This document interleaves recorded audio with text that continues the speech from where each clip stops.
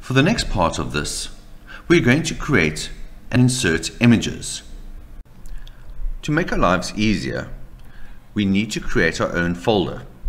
I'm going to create a new folder and I'm going to call it HTML, and inside that folder I'm going to create another folder called images.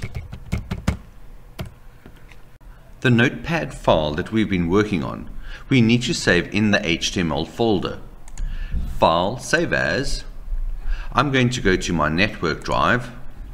I'm going to click once on curriculum, and there is the folder called HTML. And I'm now going to save this as index.html in the HTML folder. We now need to open the internet and find an image. I'm going to find an image of a computer. I'm going to click once on images. And did you know that if you click on tools, you have some more options? For example, a specific size, color. Usage rights becomes important, so you can see whether you are allowed to use the different images, the type of image, the time, and there are a couple of other things as well. For now, I'm going to say I would like it to be labeled for reuse. I'm going to choose this one over here, and if I look at the file size, I can see this is really quite big.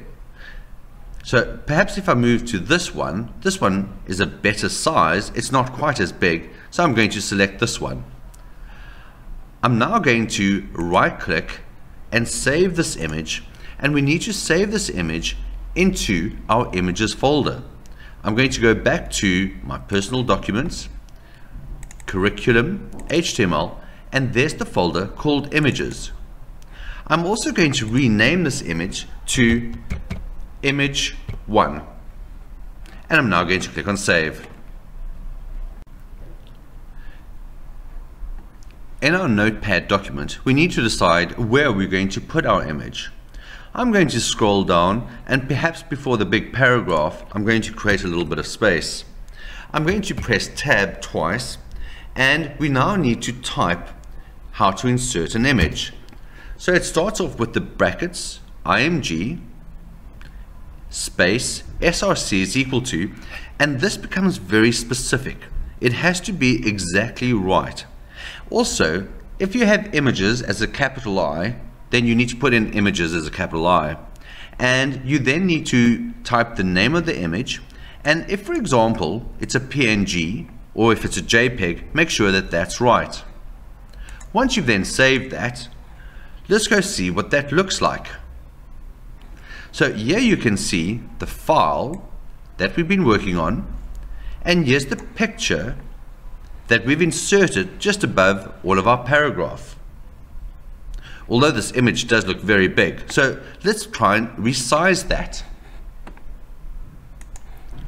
Back in Notepad, after what we've just typed in with our image, we can set the width and the height.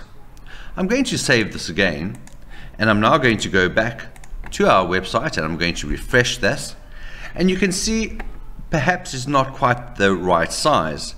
So we might have to end up quite a few times just taking this and typing in different figures, different numbers, until it looks slightly better and it's the right size that we'd like.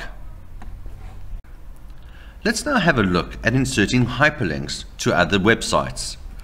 I'm going to go to just below Mr. Sparrow Rocks, and there I'm going to type in the code. So it's a bracket A space href, and then what we can do is we need to put the name or the URL of the website.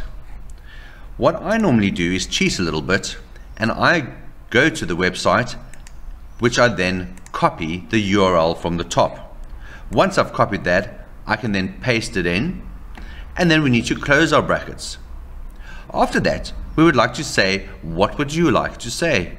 So I'm going to type in my blog, and like every other time, we've then got /a to end that off. I'm going to click on File Save. I'm going to go back to our website, and I'm now going to refresh this. And then you can see it says my blog.